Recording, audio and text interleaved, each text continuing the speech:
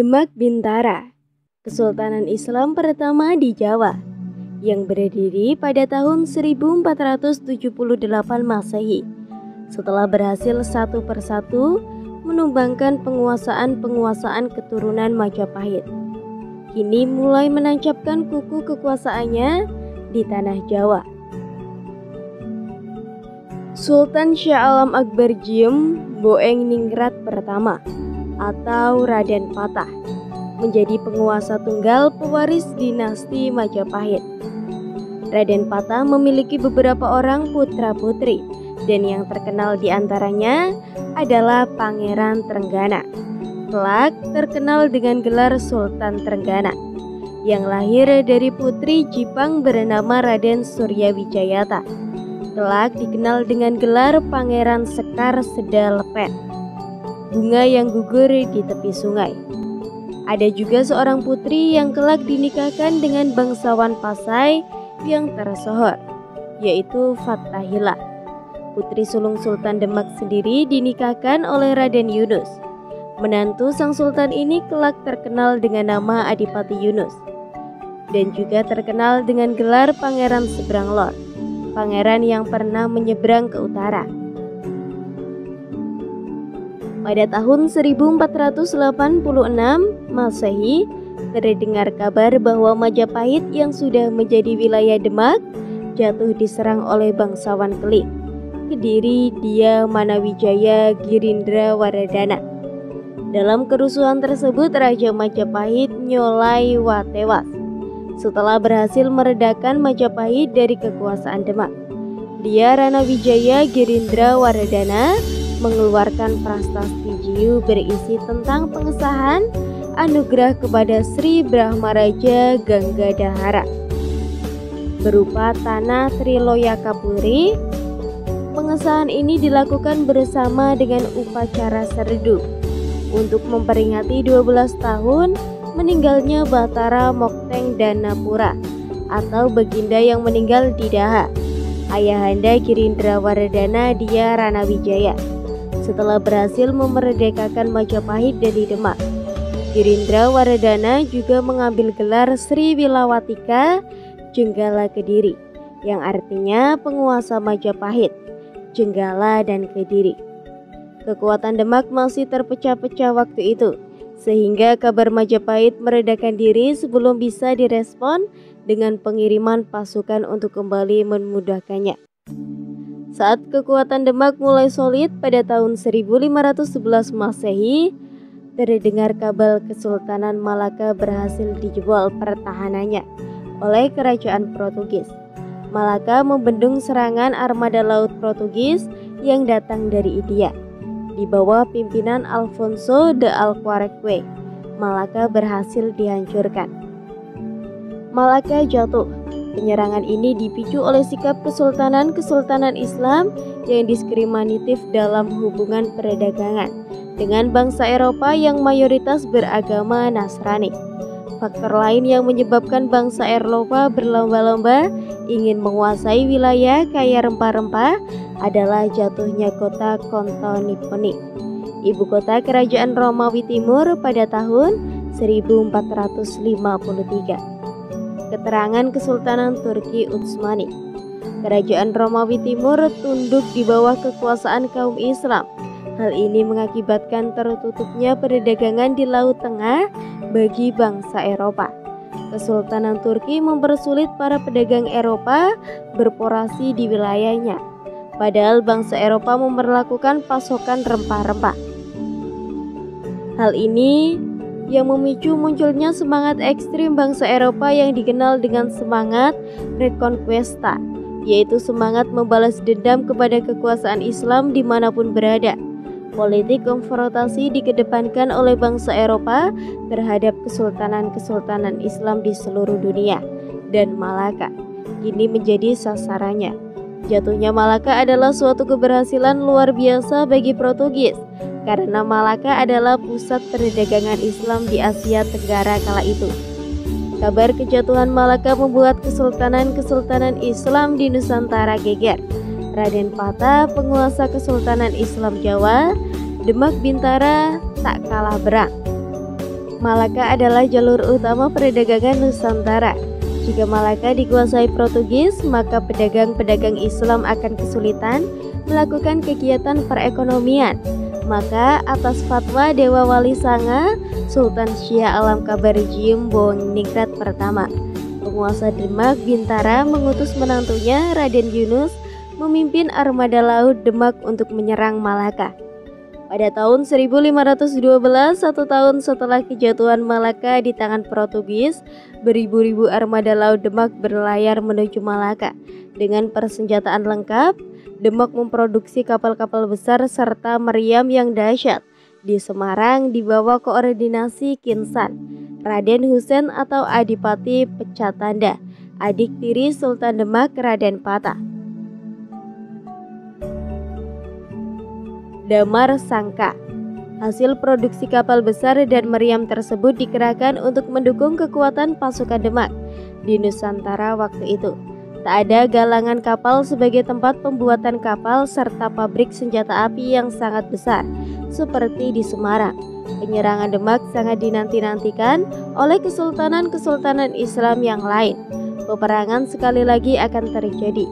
Malaka sekali lagi akan dijadikan ajang pertumpahan darah. Pertumpahan darah yang dipicu oleh masalah politik, ekonomi, dan agama. Peperangan pun pecah, Portugis mati-matian membendung serangan besar-besaran dari Laiska Jawa. Portugis terpukul mundur, Laiska Jawa begitu dahsyatnya. Beberapa wilayah Malaka berhasil diduduki Laskar Jawa. Namun sayang, penyerangan ini tidak disertai dukungan penuh dari pihak Malaka. Malaka diam-diam malah mempersulit gerak laju Laiska Jawa. Mereka takut jika Portugis berhasil dipukul mundur, maka sekali lagi Malaka akan jatuh ke tangan orang-orang Jawa seperti saat Majapahit berkuasa.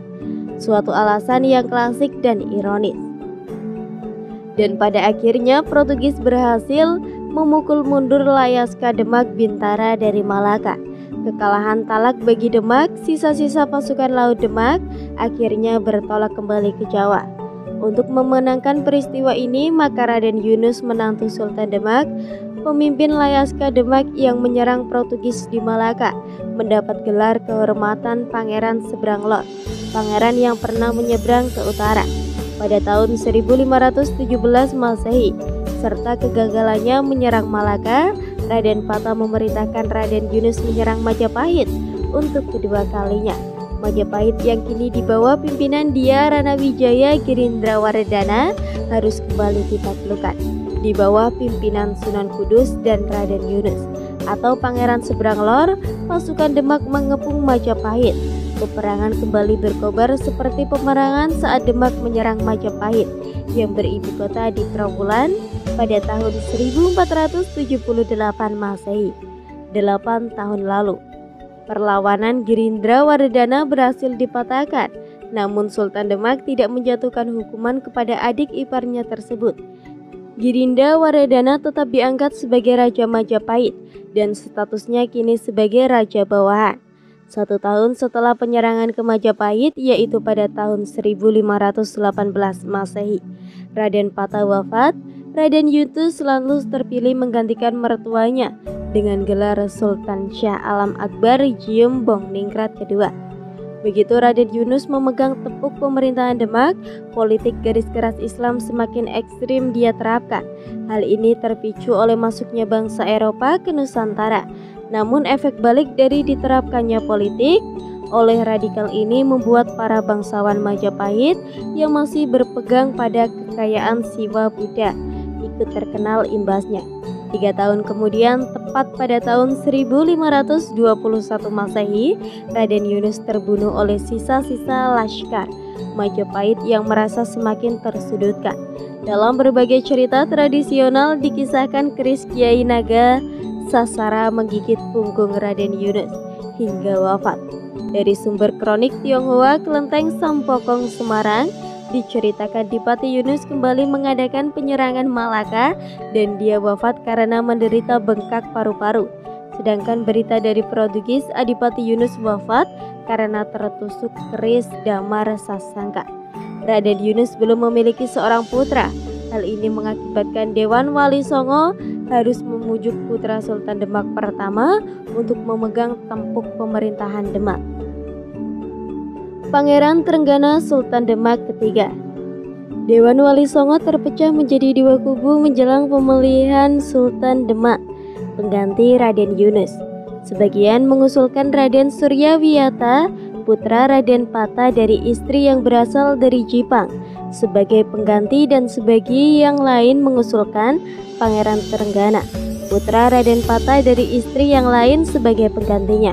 Kala itu Dewan Wali Sanga dipimpin oleh Sunan Giri Dalem, putra Sunan Giri Kedaton yang telah wafat pada tahun 1506 Masehi. Praktis kedudukan Sultan di Giri pun digantikan oleh Sunan Giri Dalem. Banyak para wali sepuh yang sudah wafat dan digantikan oleh para wali muda. Namun ada dua orang wali yang masih hidup dan sangat-sangat disegani. Keduanya adalah Sunan Kalijaga dan Sunan Kudus.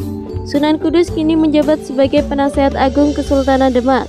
Jabatan sebagian senopati telah dilepaskan, sedangkan Sunan Kalijaga tetap bermain di belakang layar.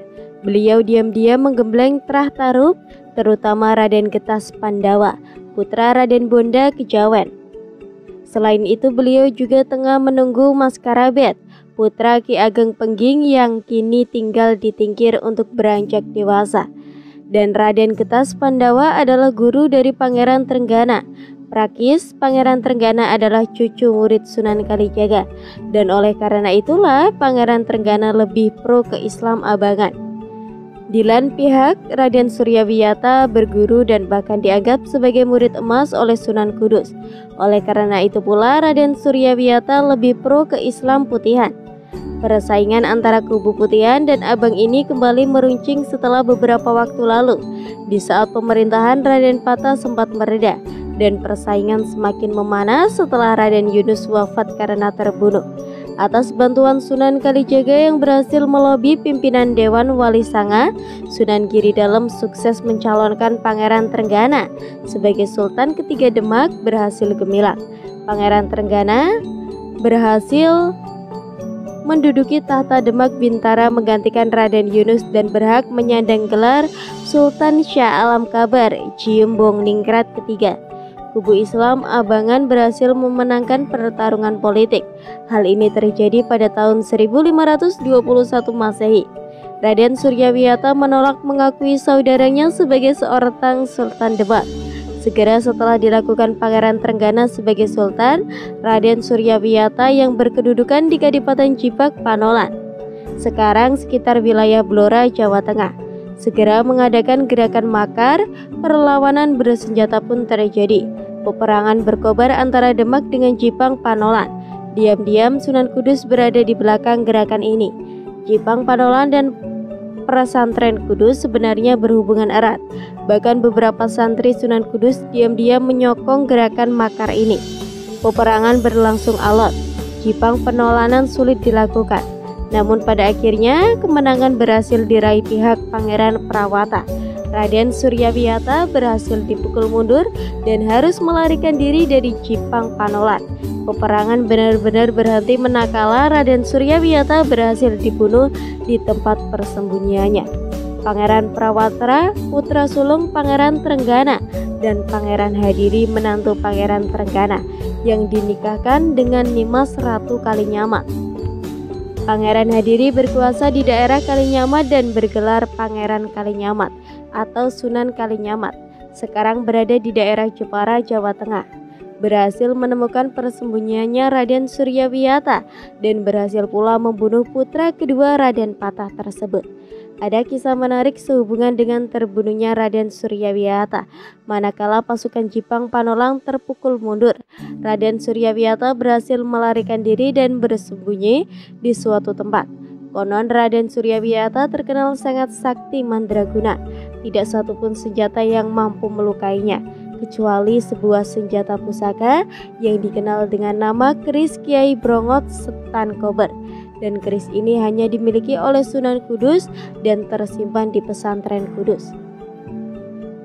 Pangeran Trenggana tahu akan rahasia ini. Dia mengatur siasat jika untuk menembus habis laskar Jipang Panolan. Pada suatu saat Sunan Kudus tanpa ada kepentingan yang jelas dipanggil menghadap ke Demak Bintara. Sebagai seorang penasehat agung, mau tidak mau Sunan Kudus harus menemui panggilan Sultan Demak yang baru tersebut. Dengan diiringi beberapa santri pilihan dan dikawal pasukan Demak yang menjemputnya, Sunan Kudus berangkat dari pesantren Kudus menuju Jenak Bintara. Selang beberapa waktu keberangkatan Sunan Kudus menjelang tengah hari, Pangeran Prawata dan Pangeran Hadiri yang masih muda-muda datang izin menemui istri Sunan Kudus. Konon mereka mendapat pesan dari Sunan Kudus yang kini tengah berada di Keraton Demak. Istri Sunan Kudus mempersilahkan mereka menghadap. Di hadapan istri Sunan Kudus,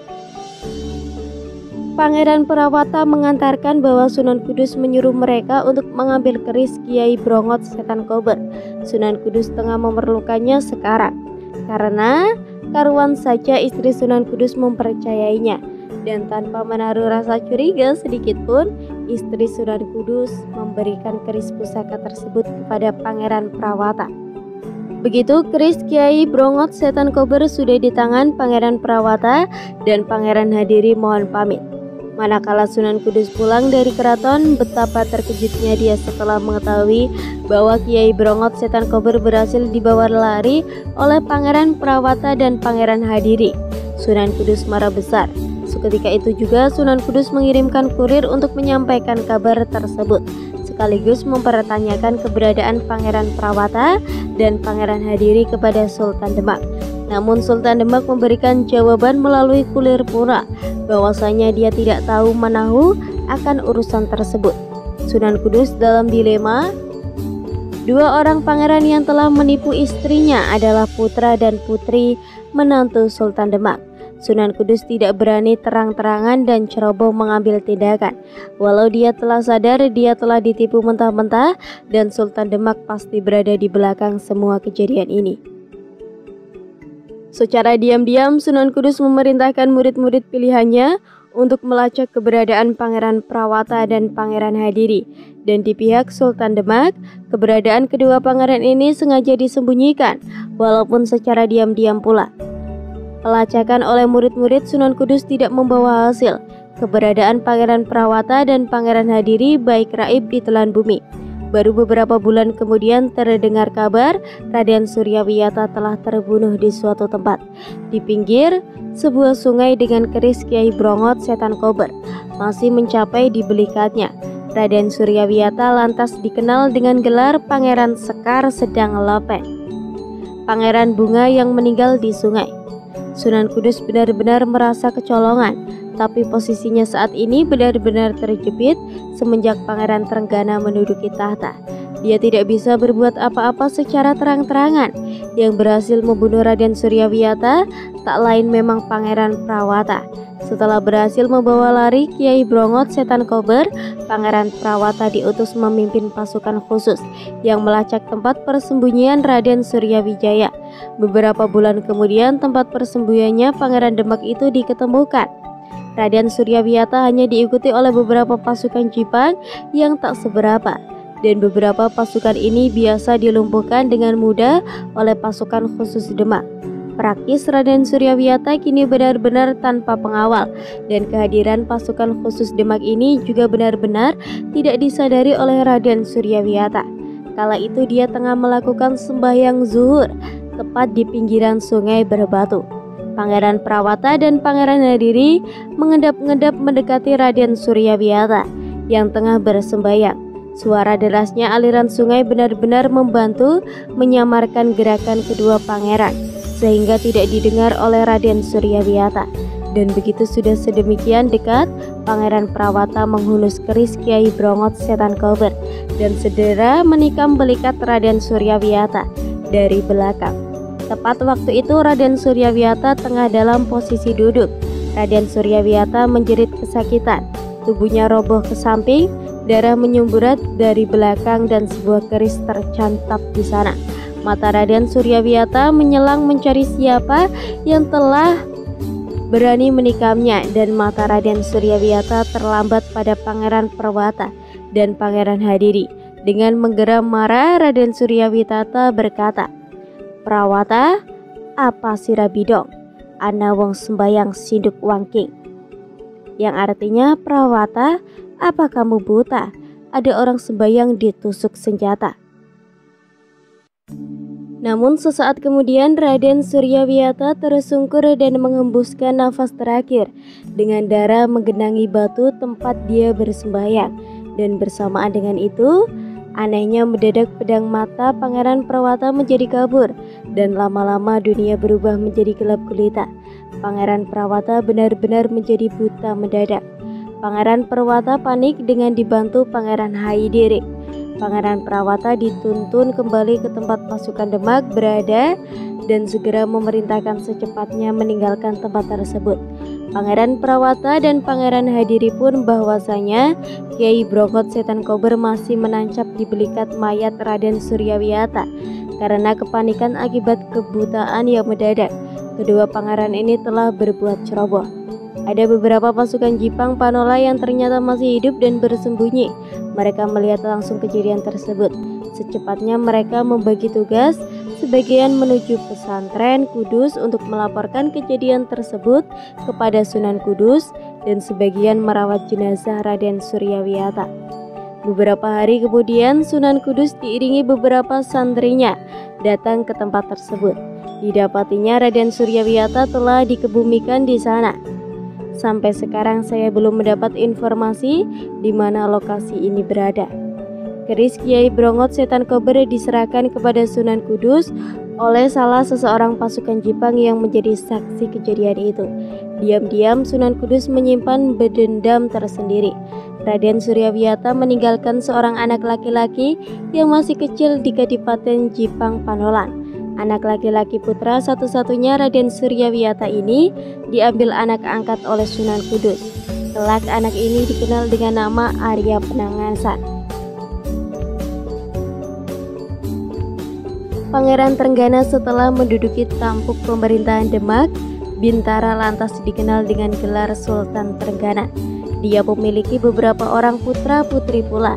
Yang sulung bernama Pangeran Prawata, kelak terkenal dengan nama Sunan Prawata. Yang kedua seorang wanita sangat masyhur keberaniannya, mahir oleh kanuragaan, bernama Ratu Kalinyamat.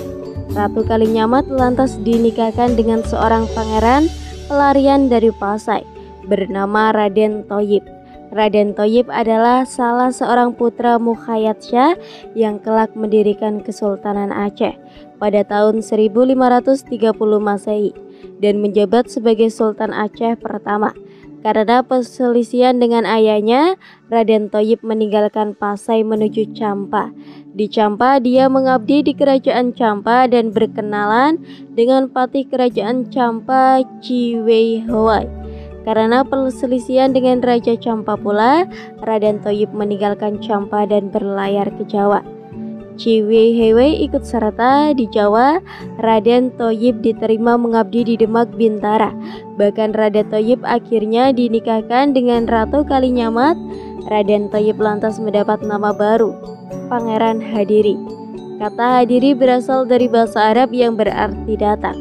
Pangeran Hadiri berarti seorang pangeran yang datang dari seberang. Setelah menikah dengan Ratu Kalinyamat, Pangeran Hadiri terkenal dengan nama Sunan Kalinyamat. Ciwei Hewei lantas dikenal dengan nama Pati Sungging Bandradawu. Makamnya masih ada di daerah Mantingan Jepara, Jawa Tengah. Satu lokasi dengan makam Sunan Kalinyamat dan Ratu Kalinyamat. Ratu Kalinyamat sebelum menikah dengan Pangeran Hadiri atau Sunan Kalinyamat dulu pernah ikut pula dalam armada Demak yang menyerang Malaka. Walau seorang wanita, Ratu Kalinyamat tidak dianggap remeh. Konon Ratu Kalinyamat adalah inkarnasi dari Ratu Sima, ratu wanita penguasa kerajaan Kalingga pada Rantang, waktu 400 Masehi yang memang dulu berkedudukan di Jepang. Putra ketiga Sultan Trenggana adalah seorang putri yang kelak dinikahkan dengan Mas Karebet atau Jaka Tingkir. Pada masa Sultan Trenggana ini pula sebelum kedatangan Raden Thoyib, seorang bangsawan dari Pasai ikut mengabdi ke Demak. Dia adalah Fathahillah. Karena dulu saat penyerangan Malaka, Fathahillah turut serta membantu Laskar Jawa. Bahkan terkenal dengan keberaniannya maka Sultan Trenggana mengangkat Fathaillah sebagai Senopati Agung Demak Bintara, sebuah jabatan yang tidak main-main. Fathaillah menggantikan kedudukan Sunan Kudus. Bahkan sesungguhnya Sunan Kudus pula lah yang melobi dan menyokong pengangkatan Fathaillah sebagai pengganti dirinya. Sebaliknya, karena sokongan Fathaillah pula, Raden Thayyib berhasil mendapat kepercayaan dari Sultan Trenggana dan akhirnya menjadi menantu Sultan. Bahkan Fathaillah pun menjadi adik ipar Sultan Trenggana. Fathaillah dinikahkan dengan adik perempuan Sultan Trenggana. Dari Kesultanan Cirebon, Sultan Cirebon Sunan Gunung Jati memberikan kabar kepada Sultan Demak dan Dewan Wali Songo bahwasanya Raden Pajajaran Ratu Samian pada tahun 1521 sampai 1535 telah mengizinkan armada Portugis di Malaka untuk mempergunakan pelabuhan Sunda Kelapa sebagai pangkalan bangsa Eropa tersebut. Kesultanan Cirebon kalang kabut, musuh Islam telah mendapat angin segar untuk bercokol di Jawa. Ratu Saiman dari Pajajaran sengaja mengundang armada Portugis ke Sunda Kelapa karena kedudukan Pajajaran terus-terusan digoyang oleh Kesultanan Cirebon dan Kadipaten Banten dengan bantuan armada Portugis. Setidaknya pelabuhan Sunda Kelapa sebagai jalur utama perekonomian Pajajaran bisa aman dari gangguan laskar-laskar Islam. Pajajaran dan Portugis telah bersekutu. Portugis menerima permintaan Raja Pajajaran tersebut karena memang Portugis pun juga merasa terus-terusan diganggu oleh armada-armada Islam dalam aktivitas perdagangannya. Kabar dari Kesultanan Cirebon membuat Dewa Wali Songo ikut cemas, serta mereka Sultan Demak. Atas persetujuan Dewan Wali memerintahkan Senopati Agung Fathaillah merebut Sunda Kelapa dari Pajajaran. Pasukan Demak dibantu pasukan Kesultanan Cirebon dan pasukan dari Kadipaten Banten menyerbu Sunda Kelapa. Peperangan dengan prajurit Pajajaran tak dapat dilelahkan. Pertempuran yang dahsyat itu memakan banyak korban jiwa di kedua belah pihak. Pajajaran dikeroyok 3 kekuatan gabungan dari Demak, Cirebon, dan Banten. Armada Portugis belum tiba di Jawa, sehingga Pajajaran terpaksa menghadapi pasukan Islam ini sendirian. Pajajaran memang tangguh. Beberapa kali pasukan gabungan ini terpukul mundur. Namun pada akhirnya Sunda Kelapa berhasil dikuasai oleh pasukan gabungan pada tahun 1527 Masehi. Kedatangan armada Portugis terlambat. Sunda Kelapa telah jatuh ke tangan orang-orang Islam. Armada Portugis yang tidak tahu menahu situasi tersebut harus terpukul mundur karena ke Malaka. Kemenangan ini membuat orang-orang Islam bersukacita. Sunda Kelapa lantas diakui sebagai wilayah Demak Bintara. Atas perintah Sultan Trenggana, nama Sunda Kelapa diganti dengan Jayakarta. Jaya kemenangan, Karta kota Jayakarta, kota kemenangan. Lama-lama nama Jayakarta berubah menjadi Jakarta hingga sekarang. Fathaillah dikukuhkan sebagai Adipati Jayakarta. Disusul kemudian pada tahun yang sama, tentara Demak dikerahkan menyerang Majapahit untuk ketiga kalinya. Majapahit yang sudah menjadi negara bawahan Demak terbukti mengadakan kerjasama dengan kerajaan Portugis. Peperangan kembali terjadi dan Majapahit berhasil dibumi hanguskan dan diratakan dengan tanah.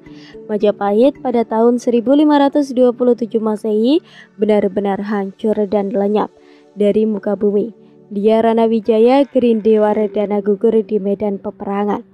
Melihat kegagalan Fathaillah, Sunan Gunung Jati meminta izin kepada Sultan Demak untuk meminjam tenaga Fathaillah guna mendudukan Pajajaran. Sultan Demak memberikan izin, maka bertutur-tutur pasukan Cirebon di bawah pimpinan Fathaillah dan bantuan pasukan Demak serta Banten berhasil menjebol pertahanan kadipaten-kadipaten wilayah Pajajaran. Kadipaten Talaga yang dipimpin oleh Prabu Pancakuman pun jatuh. Namun Fathaillah harus mengakui kehebatan Kadipaten Galuh. Prabu Cangkraningrat, penguasa Galuh yang didampingi Pati Aryakiba, terkenal kuat. Berkali-kali pasukan gabungan yang dipimpin Fathaillah terpukul mundur. Korban dari pihak Islam tidak terbilang lagi. Yang sangat aneh, setiap kali keraton Galuh hendak diserang, seluruh keraton tiba-tiba lenyap dan terlihat menjadi samudera luas. Seluruh pasukan Islam kebingungan dan linglung. atas siasat jitu Sunan Gunung Jati yang menyusupkan putri angkatnya, Nimas Gandasari, yang terkenal cantik luar biasa itu, maka rahasia Taksu Niskala atau tumbal gaib Kadipaten Galuh yang berupa batu berbentuk lingkar yoni berhasil dicuri.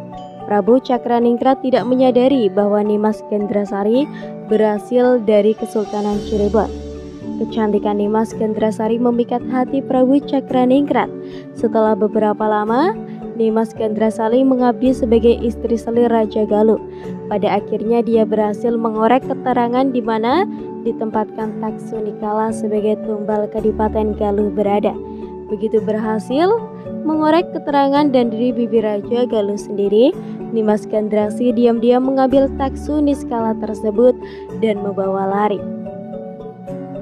Galuh kecolongan. Begitu Taksu Niskala telah hilang dari keraton Galuh, pasukan Islam di bawah pimpinan Fathahillah lantas menyerbu Galuh. Pasukan Meriam yang dididik oleh Kian San ikut dikerahkan untuk meluluhkan lantakan Galuh. Prabu Cakraningrat memimpin pasukan Galuh sendiri. Bersama Pati Arya Kibam, beliau maju ke garis depan. Raja dan Pati Galuh ini mengamuk hebat. Di palangan Prabu Cakraningrat dan Pati Arya Kibam memang sudah berniat perang pebutan, perang habis-habisan, dan pada akhirnya kedudukan gugur mengkukuhi bumi Pertiwi, Pajajaran, dan Galuh berhasil dijebol pasukan Fathahillah. Maka berturut-turut kemudian wilayah Pajajaran berhasil dijebol pasukan Fathahillah satu persatu hingga akhirnya pada tahun 1543 pada saat Pajajaran diperintah oleh Prabu Ratu Dewata. Pada tahun 1535 sampai 1543 Masehi, Pajajaran benar-benar dikuasai tentara Islam. Keberhasilan Fathahillah membuat Sunan Gunung Jati menyukai bangsawan Pasai tersebut. Fathahillah akhirnya dinikahkan dengan putri Sunan Gunung Jati yang bernama Ratu Wulung Ayu. Begitu Fathahillah meletakkan jabatan sebagai Adipati Jayakarta, Fathahillah pun meminta berhenti dari jabatan sebagai Senopati Demak Bintara. Jayakarta diserahkan kepada Tubagus Angke, sedangkan Fathahillah memilih tinggal di Cirebon. Fathahillah lantas dikenal dengan gelar Tubagus Pasai. Namun setelah Sunan Gunung Jati menyerahkan tampuk pemerintahan Kesultanan Cirebon kepada putranya Pangeran Muhammad Arifin pada tahun 1547 Masehi, Fathahillah atau Tubagus Pasai diminta menjabat sebagai penasihat agung Kesultanan Cirebon, mendampingi Pangeran Muhammad Arifin. Namun 5 tahun kemudian, yaitu pada tahun 1552 Masehi, Sultan Muhammad Arifin wafat. Sunan Gunung Jati lantas menyerahkan tampuk pemerintahan Cirebon kepada Pangeran Sebakingking, salah seorang putra Gunung Sunan Jati dari istri yang lain, yang lama ini menjabat sebagai Adipati Banten. Maka pusat pemerintahan Cirebon beralih ke Banten. Pangeran Sebakingking lantas dikenal dengan gelar Sultan Hasanuddin.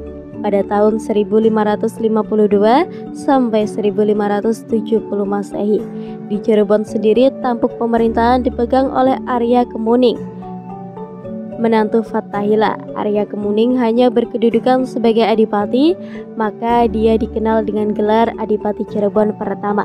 Pada tahun 1568, tepat berusia 120 tahun, Sunan Gunung Jati wafat. Cukup sekian cerita yang dapat saya sampaikan. Semoga bermanfaat bagi kalian semua. Mohon maaf apabila ada kesalahan kata atau ada kata-kata yang kurang tepat. Tetap dukung channel Babat Nusantara dengan cara like, komen, dan subscribe. Saya pamit undur diri. Rahayu, rahayu, rahayu.